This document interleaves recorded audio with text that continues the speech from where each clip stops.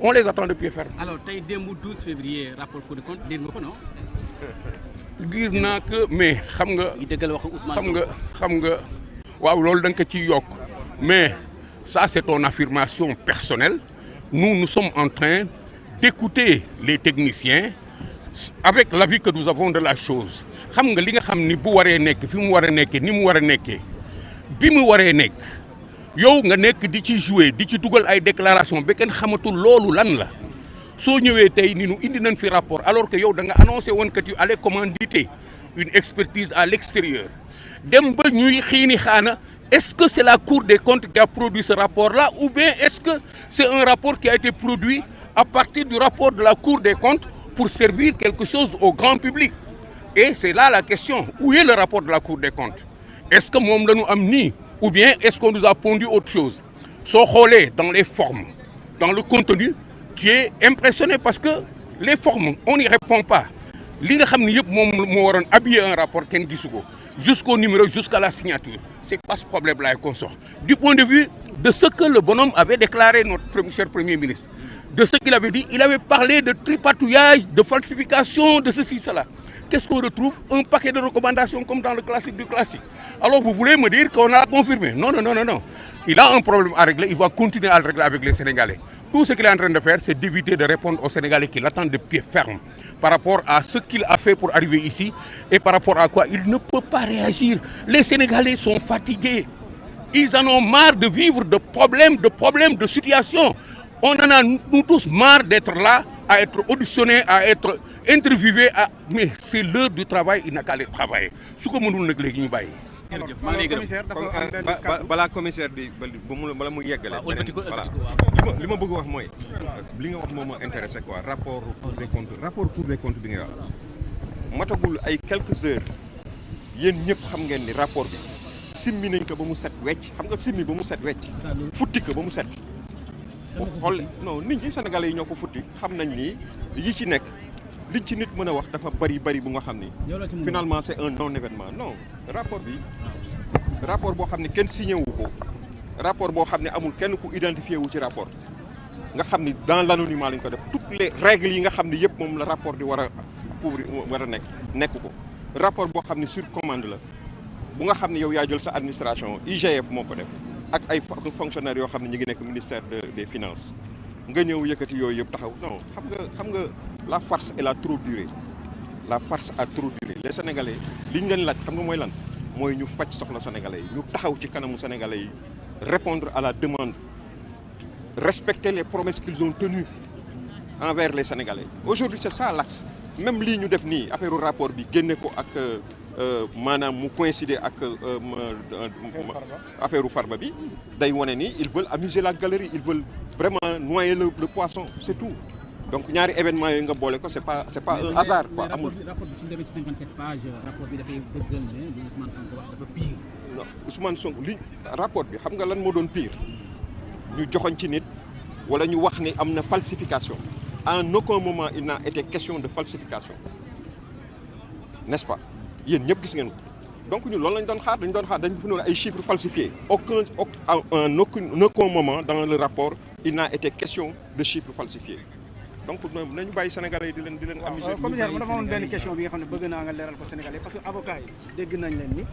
wax nañu Farba dañ ko convoqué waaye ñoom en tant que avocat xamuñu lan moo nekk ci convocation wala lan lañ koy toppee est-ce que yow mi nga xam ne nag nekkoon nga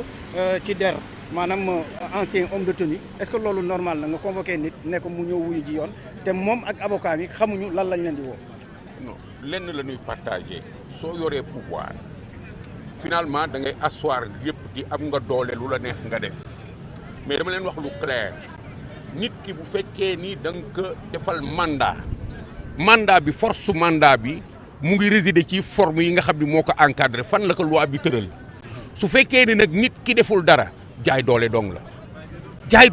la parce que nit ki balaa muy légitime nga defal ko benn mandat da ngay delluwaat ci fee yi nga xam ni moom xam pas reconnaître moom moo xam ni loolu lañ ko reproché mais ba léegi ba bi nga koy defal mandat yow waxoo ko ni que yow lii lañ lay reproché c'est irrégulier c'est à la limite du banditisme judiciaire mënuñu ko tudde leneen soo jéemee wut beneen explication yow sa bopp da ngay réer mënoon nañu wax convocation pourquoi on l'a pas convoqué c'est dans les mêmes conditions de forme yoon mu ngi dox ci des faits ay faits mooy jëf wax su fekkee ni def nga dara muy des faits concrets yi nga xam ne xew na ci kanamu nit ñi yow nga def ko xam ni def nga ko kii seede xam ni def na ko loolu wàcc ay traces yu wane ni loolu def nga ko su nit ñi ñëwee amuloo loo wax lu dul ñu dox nag léegi topp justice ba seet par rapport ak def boobu sa responsabilité fan la tëdd c'est-à-dire ñu lié la ak fait boobu nun koy defee à la limite on rend régulier le fait d'aller vers toi ou bien le fait de t'appeler en justice par la constatation de ces faits et la notification de ces faits là et consort teg ko ci loxo nit ñi su fekkee defuñu loolu véritablement c'est du banditisme quelle que soit la forme mandat ou convocation ça c'est du banditisme c'est une situation politique qu'on a créée comme l'a dit mon camarade tout simplement pour amuser la galerie on en parlait effectivement il l'a dit imaginez à chaque fois on nous crée des situations dans lesquelles on est obligé de répondre mënuñu toog mais su doon suñu sago lii duñ ci wax bu doon suñu sago lii du am Sénégalais yi feneen la ñu nekk imaginez ñu jël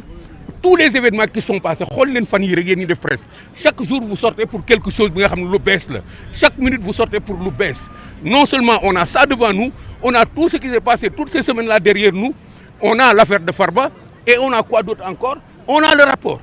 mais c'est quoi ça là et consort pourquoi est-ce que on veut nous assaillir de situation après bi nu génnee ci xale yi kat dañ leen doon yóbbu fële après bi nu génnee ci dañu war a dem béy ci naar yi après bi nu génnee ci réaction bi par rapport à Trump et tout ce qui se dit là-dedans on ne peut pas continuer à vivre comme ça nous avons élu des gens pour qu'ils s'occupent du Sénégal et on ne cessera pas de le dire la raison du combat c'est celui-là Farba a été utilisé pour nous amuser encore il a été utilisé dans des conditions dañu wax dañ ko tooñ boobu nag moo tax ñu ñëw taxaw fii di ko défendre sinon ñun amuñu temps wu di perdre suñu temps di dugg ci ay débats yi nga xam ni rapport bi lan moo ci nekk on sait que c'est un ramassis de choses qu'on a fait ici pour justifier les propos de quelqu'un qui a eu à parler le rapport n'est important depuis que le Sénégal est Sénégal on n'a jamais eu de débat par rapport au rapport de la Cour des comptes on n'en a jamais eu loolu du leen déranger que Sénégal nekk na fi depuis 1960 ñuy wax ay rapport ça n'a jamais été un gros événement pourquoi c'est un gros événement parce que quelqu'un s'est levé pour dire quelque chose de gros et comme l'a dit Gaye il a parlé de falsification il a parlé de tripatouillage il a parlé mais est-ce que rapport bi ngeen gis ça contient quelque chose comme ça et est-ce que rapport bi ngeen gis jusqu'à présent c'est le rapport de source est-ce que moom mooy rapport Cour des comptes mais je ne crois pas que ce soit le rapport de Cour des comptes administration dafa am ay formes rapport bu jógee ci cour dafa am mandarga yi nga xam ne mooy wane ni rapport bi Cour des comptes la jógee mandarga yooyu allez voir vous-même c'est pas moi de le dire allez voir vous-même parce que yéen a war a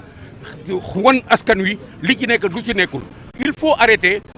d'être des sortes d'entonnoirs c'est-à-dire et affaire bi am na kat muy ci digg bi et commissaire Keita Ablaye Ndiaye kii loo ci xam tant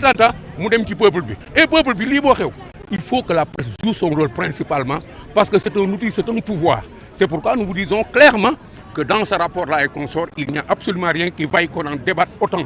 même bu fekkoon sax dañu wax oui il y a falsification ça ne vaut pas la peine parce que Sénégalais yi ñu ngi dee ci sonn et sonn boobu moom mooy suñu sujet tey il faut qu'on travaille à amener ces gens de force à répondre aux Sénégalais. Merci.